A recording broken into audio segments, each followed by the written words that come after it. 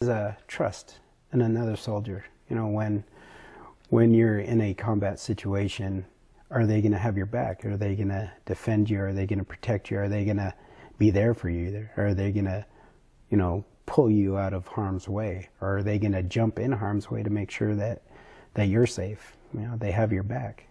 That's the best way I can explain it. And do you think that it would be different for, say, a gay man or a gay woman to have a person's back, even though that they are gay? Do you think that there is a discrepancy in that in any way, whether versus someone who's straight?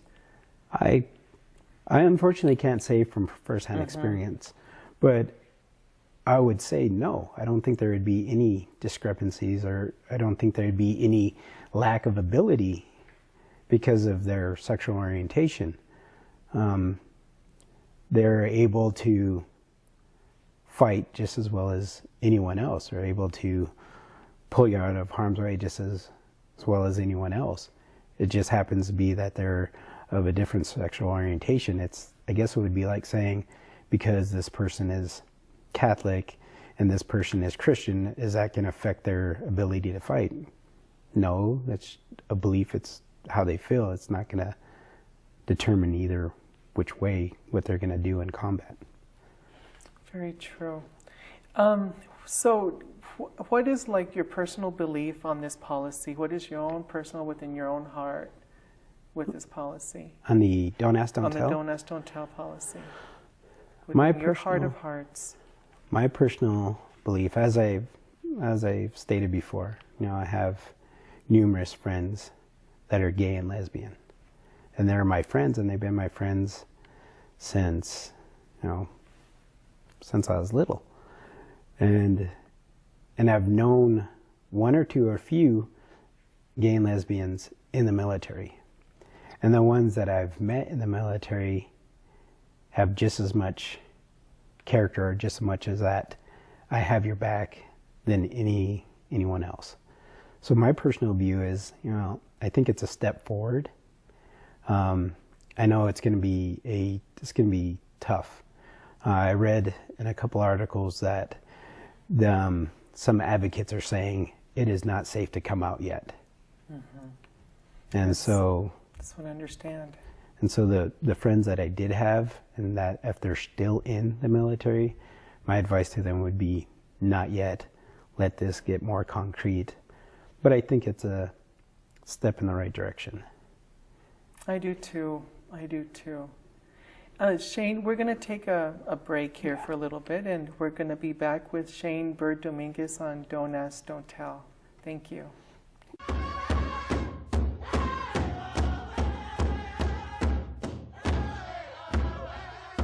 I fill my mind with knowledge and wisdom. I make decisions without alcohol or drugs. I let go of the things that hold me back. I honor my body by protecting myself. One heart, one mind, one will. HIV affects everyone. Get tested. Hi, we're back with Shane Bird Dominguez with Viewpoint.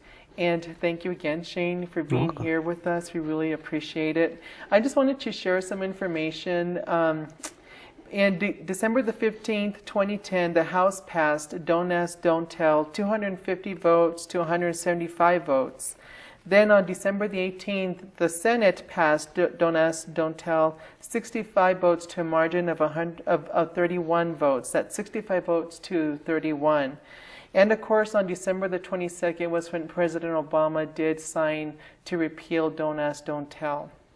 And so we're here with Shane Dominguez, who is in the inactive reserves. And so thank you again, Shane, for being with us. And how do you feel about how this repeal will be for future generations of military men and women that are gay or bi or even straight, for that matter?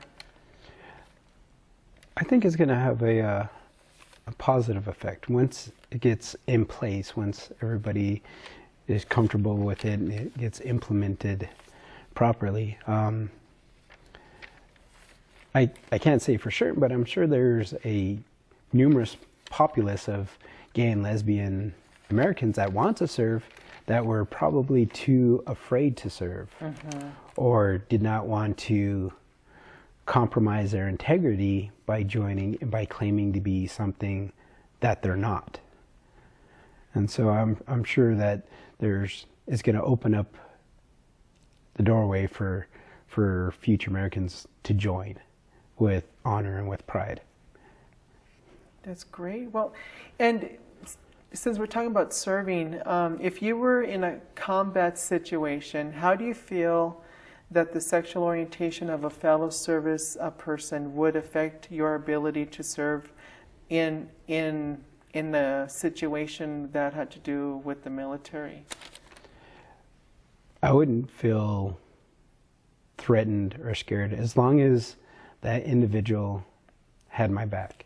It doesn't matter what sexual orientation they had.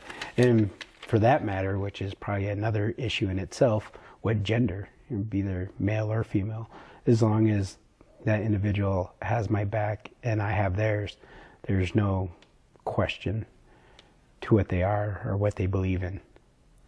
There was a movie way back in, I believe, in the 90s called G.I. Jane. I don't know if you remember seeing that with Demi Moore. And Demi Moore registered to be, or enlisted to be in the Navy SEALs in this movie. Of course, it's a Hollywood movie. But, and she went through basic training, I believe is what it's called. And one of the scenes within that movie was really interesting. And it kind of reminds me of Don't Ask, Don't Tell, and how it's perceived by the people who may be in service right now. There was a point in the movie. It was a very violent scene where her commanding chief was basically beating on her in this simulated combat situation, and the other men were very much against that, and they just had so many issues about it, and it wasn't until in the movie the commander-in-chief said, "You know what? The problem isn't her. The problem is us." Oh yeah. Oh yeah. The problem is really us as to how we view her. And so I really thought about that and thought about this repeal, and it was like, pretty amazing, because it's our own internal phobias or things that we're taught to do or not to do. And the whole thing was that, since she's a woman, she should be treated in a separate way versus her going through the full training that everybody else did. And so, of course, that's Hollywood. But how do you think that story applies now to like real world stuff? It does apply. I mean, there's truth behind that. The soldier that is either gay or lesbian is a soldier. They're going to perform their duties as they're taught and trained. It's the other individuals that are closed-minded, that have that phobia, that's going to treat them different, and in essence affect their own performance. And yeah, there's definitely truth behind that analogy from that movie. It's not the individuals that have that orientation. It's going to be those ones that have the problem with it. Exactly. And it's going to be a huge barrier, I think, within our military to do that.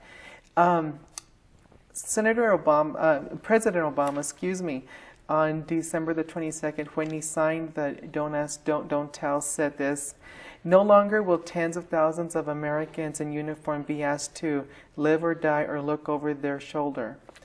Our people sacrifice a lot for their country, including their lives. None of them should have to sacrifice their integrity as well." How do you feel about that? I believe in that. I mean, the policy from from 1993 until recently was that they had to lie about it. Or face prosecution or expulsion, from the armed services. I mean, with this Don't Ask, Don't Tell appeal, now those individuals will be able to serve, like I said, with pride and honor, and not have to sacrifice their integrity. And what's also important to realize is that people who are gay, who are lesbians, have lovers, have partners, have husbands, have wives, and they'll be able to express that connection as well to their military branch service as to which they're under, because I bet that had to be held secret as well if they received any kind of letters or any kind of things from their families, which they are definitely, partners and lovers and all of that are definitely part of their family. So I think it's a huge deal. Not only are they going to be able to serve, but also their families will be able to feel more at ease and comfortable about it too. Express their support without fear of putting their loved ones in harm's way. Exactly, or having to hide the fact that they, that they have a partner as well. I think that was a huge issue for a lot of people who are serving gay, lesbian, gay people who are serving in the military. And one last thing before we look at closing the show is that this whole thing about the Don't Ask, Don't Tell is really about letting people coming out. And I believe that there will be a process about how people are going to be able to come out. With this repeal, it will absolutely help our men and women who are servicing and also who plan to serve our country do that. And coming out is just telling the truth of your situation, whatever that is. Whatever that is, whether if you're gay, lesbian, or rather, if you're in a 10-step program, or if whatever that is, it's about telling the experience of what the situation is. And so, Shane, I want to thank you so much for being on Viewpoint and sharing your history with us and your experience in the military. And I want to thank you personally for serving our country as well in the way that you do, and also for being a wonderful person and working here at the college. So thank you for that as well. And is there anything for closing remarks that you'd like to say to the audience about this? Nothing that really comes to mind. I just hope that the individuals are in that situation that like I said before, not to come out just yet, but hopefully I just hope that closed-mindedness and ignorance will one day be abolished, and that the word segregation is not applicable to humans anymore. And with that, I'd like to thank everyone for being with us on Viewpoint, and stay tuned for more episodes to come. This is Rosalinda de la Luna, and have a wonderful day. Thank you. Bye.